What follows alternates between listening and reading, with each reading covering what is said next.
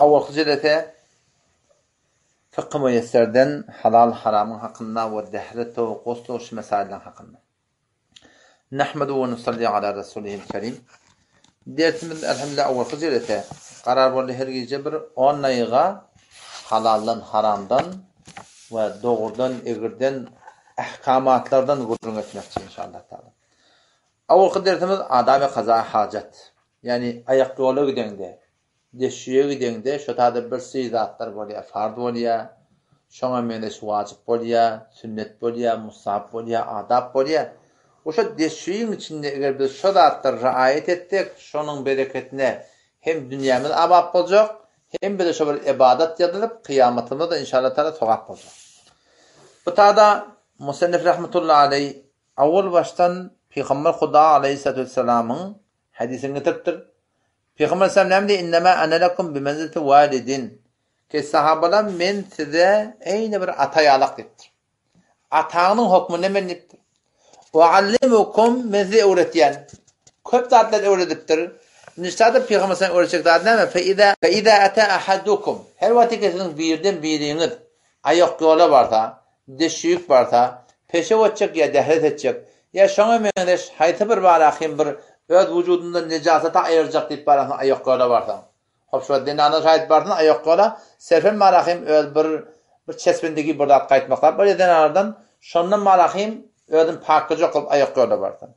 Hop onu nämetsin? Fe-ida ahadukum el-gayte fe-la yestaqbilul qibla we la yestadbirha. Onda yüzün kıblağa karşın bakmasın, arkasını kıblağa karşın vermesin. Bizden her wagt deşiýip oturanda yüzünde kıblağa karşın bolmaly we arkanda kıblağa karşın bolmaly. Bu wagtda birsi deşiýde bolýar ki ortan kıblağa karşın ýalak we de eger dost sorja kıblağa öýde bolmasa birazjyk ilerräk, birazjyk gaýrak şu deşiýde oturmakyň irady ýok. Nagada deşiýler nädipdirler? Dost sorja kıblağa goýupdyr. Hem Teherana barýan, ýene burada barýan. Ondan şu taada doğruca kıblağa goýupdyrlar. Şonu näme etmeli? Oturanda peşe ödende birazjyk baragyn peşeň mesirini şu maragy ilerräk ýa gaýrak kıbladan sawmaly. Ya adam birazjyk gyşyrak oturmaly. Ta peşe udat edip bolýança.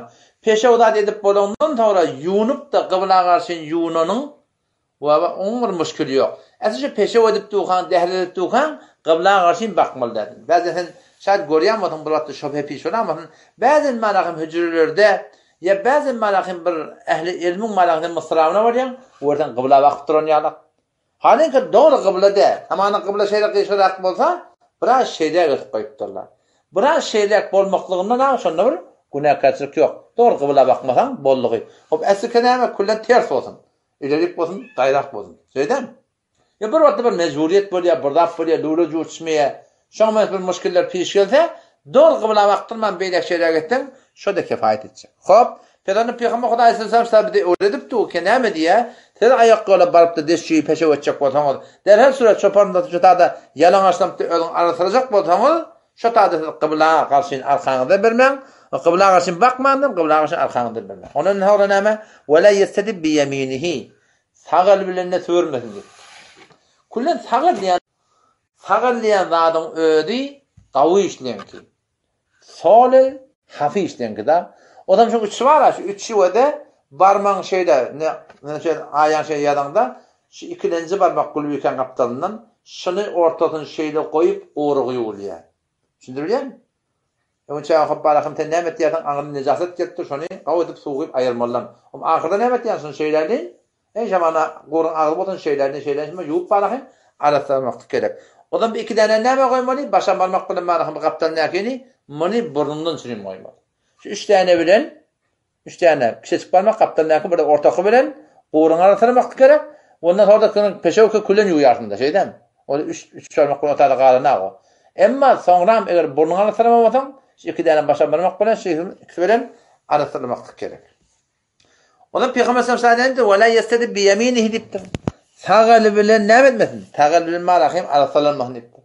On bir vakt bolýar, hop sağal bilen arasırmak on näme bolýar? Onda solel bilen alatyň tutma bolýardyň. Sagal bilen parsaniýe terdiği taklama bolýardyň. Odam şol solelin bilen töwme bolýardyň. Düşünüp bilýärmi? Bu formda da piýaza sagal bilen sürmeler diýipdir da. Hop, sen sagal bilen sürmejek bolan, sen şol Toprağı ikiden alıp durdun, desmal hazı ikiden alıp durdun, ödün alısıracak bolýarsın. Hop sen şon bir elmen tutup bolar, hem sol elmen tutup, hem sol elmen tutup bolmaýar. Sağ elmen tutma bolýar desmal hazyny ya daşy ya tertegi, şeýdemi? Odan sol elmen ala tutsan, şon mana sağırın saklamaly, sol elmen şon töwürmeli. Çünki bilemi? Şo toratynda. Otan yuwunanda da, aralarında da önemi tağır bilen bolmaly, sol bilen bolmaly. Ve kana ya'muru bi thalathati ahjarin. Peygamber Aleyhisselam aydadı ki 3 tane daş ya 3 tane tertek bilen buyurdu. Yani peşe olan sürünün zadında 3 tertek ya 3 daş olsun. Qawudup şonu tıkıp näme çıkarmaklık gerek. Ve yenha anir rawti ve ramme. Peygamber şurada näme bir de yanqi rawtiyan çörden ve şoňa meňdeş baraqym bir köne sünk bilen dapdan sürmeklikden nehyetdi diye. Biz şu at baraqym ehen düdü ihtiýarsyň zady ihtiýarsyň şu tadan tutap meyartıma sürmeklige, eger baraqın sürmeli bolsaň, teşdada tertek bilen, daş bilen, şoňa menes dapdan sürmek gerek. Çör bolmaly, yani malgaran terek bolmasyn, sünk bolmaly. O şoňa menes haýdy bir alykdan zarar berjek bolsan etmeli. Yani Ibrahimcan gowda soratda, asl deşüýde näme bilýän sürmeklik toprakdaş bilen. Asl sünnet şo, yumaklyk näme? Yumaklyk edep. İkiden bile ýeşerden beter gowda. Allah Tebarek ve Teala'nın Kur'an'ında ayet-i Kur'an iniptir ki ol Mescid-i Nebevi'de ya Mescid-i Kuba'da hava. Fihi ricalun yuhibbune yetetahharu. Allah Tebarek ve Teala şu mescidde galim Mescid-i Kuba'da bir adamlar iba ki qavvaliyalar araslanmaklığı deyiptir Allah Teala. O Peygamber Huda Aleyhisselam oradan soradı diye sizin hakkında ayet inirdi. Siz ne etdiýärsiniz? Onu hem toprakdan süvürnüp ve hem bizim yuğuniyat diye. Adam şu ikisini biletsen beter gawy. Yo bura toprak tabalanak, desman qady tabalanak, daş tabalanak, serfen yuğunmaklyň näme diýip kifayet etdiýär. Hiç onda bir günahkarçylyk ýok. Asıl sonda türmeklik daş bilen toprak bilen tertek bilen tu bilen ikisini işeden marahim, onna beter gawy hem sünnet hem edebi işirdiň. Topraklar tapylmaýar, howta tapylmaýar. Sen şoňam her iki parça marahim sement bolagly, siman bolagly, kaşy bolagly. Ene toprak nereden tapjak? Bola da etmeýäniň bilen näme şyňmyr günahkarçylyk ýok. Fakat şu yumaklyň ödi kifayet etdiýär. Hop, indi barany dersiň ýerine. Kesike mi hadat pişap ya matfu gazay hajat namaýar. Bir adam indi aýak golar, gitjek bolýar, peşe ötjek, ýa-da tedek etjek. Şoňa gerekli ki bir näçe dady raýat etsin. Inşa aýdyjaklardan nagadarlar sünnetde we nagadarlar barahym adab. Bir zatly ki musulman adam zaten raýat etmekde beter gawy. Awal näme? Adamdan gözünden daşalsın diýip. Taňky kesi ora nebinat. Peygamber Huda Aleyhisselam sünnetinde hindide de hatta peşevlerde gidenler Peygamber Huda Aleyhisselam giderdi gözden iterdi diye kullar. Şo daşta var par ayaklara oturmuş. Ve avadan çekezde bir umişe ve çininde şeber. Yani şu kadar daşaltın yani şu içinde tehdit çıkanda da teoriye eşitilmeden o şan portu iyisi de başka adamdan burnuna gelmeden. Şu evet ya o da atla adamı izzatını halkın yanına kişiltiyen de o da İslam için rahat ettir ki avrayı şahsiyeti içtimaiyin dostluğun arasında camiada hifazat boldun. Onun şu da ayak koyla gidende başardan o daşanaktan gitmeli. Ondan merdede var ahim şu tuğratunna şiyanki başadaş teorine iletmeyecekler de var. Hamana ses gelse şu malahim ses getirmeyecek de olmalı. O şuna medeş it gelse o şu ise var ahim belki adamları getirmeyecek de olmalı. Burada böyle yani hesap hesabet zaten rahat etmeli. Deşi ve hanıvadan içinde. Yani hanıvadan öğrendin ki öýüň içinde koyup durlar. Lule yankı gülü şatörü de koyuğlu. Eçirik iyikte çıkanakta atı çıkanak. Oğum havakış da koyup durlar. Emma sen vakti eçerdi sen malakım otuyurtun. Sen çebe kaçenaka bırakacak iyitin imanını tingiye. Oğum sen şu da gir akınım oğlunuşun yanına barmalıydın. Başka adamların yanına barmalıydın. Sen rahat etmeli. Sen o yada avrayına da kavde. Baştaki oturan adamları da var edip böyle da. Te şondan o gaftan da çıkıp bir daýyga, bir 30 saniye bir yele var. Şeýdemi? Omul hawakişi ki içeride du. O hawakişi işletdi bir daýyga, 2 daýyga. Çıkar hanım söndürme şonu. Şonu içeride hen ýok diýen itwada. Eger tat terek etden şeýle bolýar da. Peşewatdan kodaty bolup durna. Terek etden it bolýar. O şu da atlar var işletip goýma bir 3 daýyga tat çektin. Çıkar hanım adamlaryň ýanyna da gelmelilerden. O şoňa menes var ahim qawsi şu ýanky datlar var ahim ýanky deşüýdatlar şu öýden daşanrak etmek qawy. O kawatda bolmaýan mogyýet ýok, olonşok gorkya. Ya öyde merid wa. Şoňa meşhur mazuri wa. Deşüňden öyde goýmakda munda bir şeriatda günäkäçilik ýok. Ýöne şular raýat etmeli kenäme? Bir başartaňa näme? Şo ýanky ýandan çykýan fetwara, şonu teoriýaga eşitdirmelilerden we ehyana malahym eçerden malahym şo bar imanyň ýetim tirdad etdir. Şonda barahym başga adamlara da şo toğrutunda ediyet beripdi bar hak etmelilerden. Ular atkönjügi çalmaly, birdad etmeli, bir moda daşdyrdy güýmenmeli. Takenäme başga adamlara ediyet ýetişmeli ýala. Asan guruna okyan gurun tökeleyli. Baraya qazayı hacada hiç mekanin dermi payına intikab namaya. Ta zarrat-ı pişa berbey paşidin neşebet. Düzde bol. Yatin ama şu ayak kol berdak şu seramikde oturanda şu bir form peşe rahnamayı yetmeklik kitim ütüne sıramasın.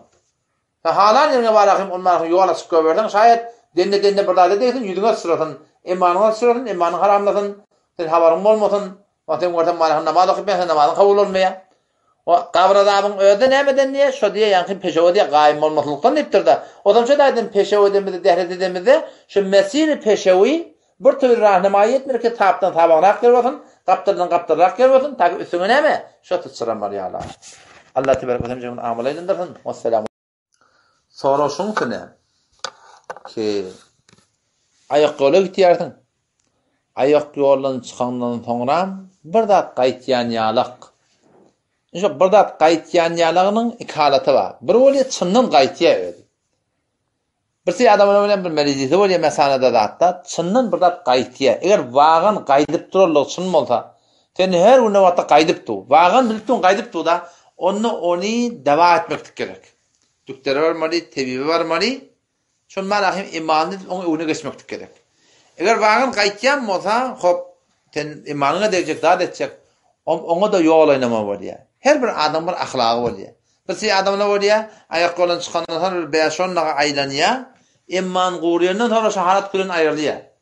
Imman gurýança dehet kılmaly, bir mudada şu aýlanmaly zat etmeli, ýa imman parça bilen bir dap hala parçany süýürmeli, ta imman gurýyny şu weswese nämetin aýrylsyn. Birsi adamlar bolýar, ýok, çet süýürdün, çet süýürmän zor gelip durýar. Olara bar emetme bolýar, maýaw giyme bolýar. Otam ýanky ýanky adı näme? Pulu daqylýan gadim keşşagarla bady. Şon ýazak burdada häkde aqynam, desman qady burda çyk barahym şoň. Kelejene gedir aqynam da şoň dola aqamjyk goýmaly bir 5 taga 10 naga. Takanamesen gaýtsyn, goýrysyn. Şon desman qady sür aqamjyk, oqlak gober dige ýurmakda gerekkä, goýandan sonra sen şo bilen bana näme edip bilýärdiň? Edame ibadatlaryny edip başarýardyň. Bu şu dogratynda. Bu bolýar çyndan gaýtýan halaty boldy. Bir bolýar gaýtýan ýalak. Gaýtýan ýalak gözýän zat ýok. Gözýän zat ýok. Muňa diýende waswese şeytan. Ýani hem hop gaýtýan ýalak boldan özüň agran berýändir hen. Birak gaýtýan nädir? O ahyr birak gaýtma bolýar aňyrdan. O şu suratynda bar, eger şu suratynda birak gaýtýan ýalak zat ýok. Onu gözýände bir näse gaýtýan ýalak. Onna bar, onu näme etmeli? Bir şeytanyň waswesesi. İmam Azam rahmetullahi alayhi şagirdi we İmam Muhammed rahmetullahi alayhi şon kitabyna şfor manada şon rahnamayy edipdirler. Şol adamlar näme etsin? Şol adamlar ýuwunyp turýar. Turanna anakan bir penje suw çelmeni tepsin dedi şol anakan. Gaw degmedimi? Ýene bir ýere tepsin, he? On bir öýle bolýar da. Adam sen gelýän, dahy çykýan, şeytan waswese etdi. Birak geldi hadiye. Sen şonu näme diýmeli? Ýok, ýa suw tepdim, şo suwdan diýmeli diýe. Ama öýle çyk barýarsyň, çalgyny elini tutup durýany. Dehek kılıp durdun, dehek kılıp tuğan başla. Dehek kılıp tuğan, yine de şeytan vasfet etti. Bırak geldi hadiye. Onda yok, yan su septim demeliye şuna. Sudan demeliye. Öyləcik böyle dehek kılıp durdun, elini sürüp durdun. Yine şeytan vasfet etti. Yan sudan demeliye. Namada var ya, Allahu Ekber diyecek durdun. Bırak geldi haçından. Gelen de at yok, şu sudan demeliye. Namaz okuyup durun, Allahu Ekber deyip durdun ne? Alhamdülillah başlayan da namazın içinde şeytan yeni vasfet etti. Bırak geldi kalın. Sana näme? Cehenneme men ýanjak, işin bolmaz näme diýär şoňa. Şo şeýitmeden el çekenak bilýän. Şon şeýdip sawmaly weswese da, on soram ýuwaşyk suw adyrt. Soram dige etme şol işi. Onda birden urýar. Hafiz diýe meni aýak golan soram diýe meni şeýle süýükdirýän diýe. Aňadan bir dak gaýtýar. Guran men zat tüýndep berden bir dak gaýdyr da men diýdim. Üç tarap ýu diýdim. Elçek dige diýdim, ondan zat tüýndep bermeli, zat tüýndep berden aňadan bir dak gaýtsa boldy, ama näme diýdim. Üç taraf yudun hem gavadım. Sen de haydi 5 taraf yup dursun da. Hava tüyüktürüp etekler lüyleni şöyle kadayıp yudun bolu da ne? Sonra yavaştan yine tıktan içinde biraz çıkacak böyle değil mi ben dedim biliyor musun? Onun için tuğratında var şunu yanlış mollel. Yuğununda avval nereden başlamalı? Kitapta gelen görün şey. Tomsun günü olsa erka adamla. Ben arada bir görün yok. Erka adamla evunçak peşev cayın olmalı. Sonra bana telek cayın olmalı. O ne? Çünkü beden kavşaşıya bir model o etek yuğununda berka de dehe degamalı. Tomsun günleri. Şuradan önce peşev cayın olmalı. Toram telek cayın olmalı. Şimdi bilemedim adam. Ona yine havardar olmadan yok kışın gün molanla ona bir kem farkı yok yani.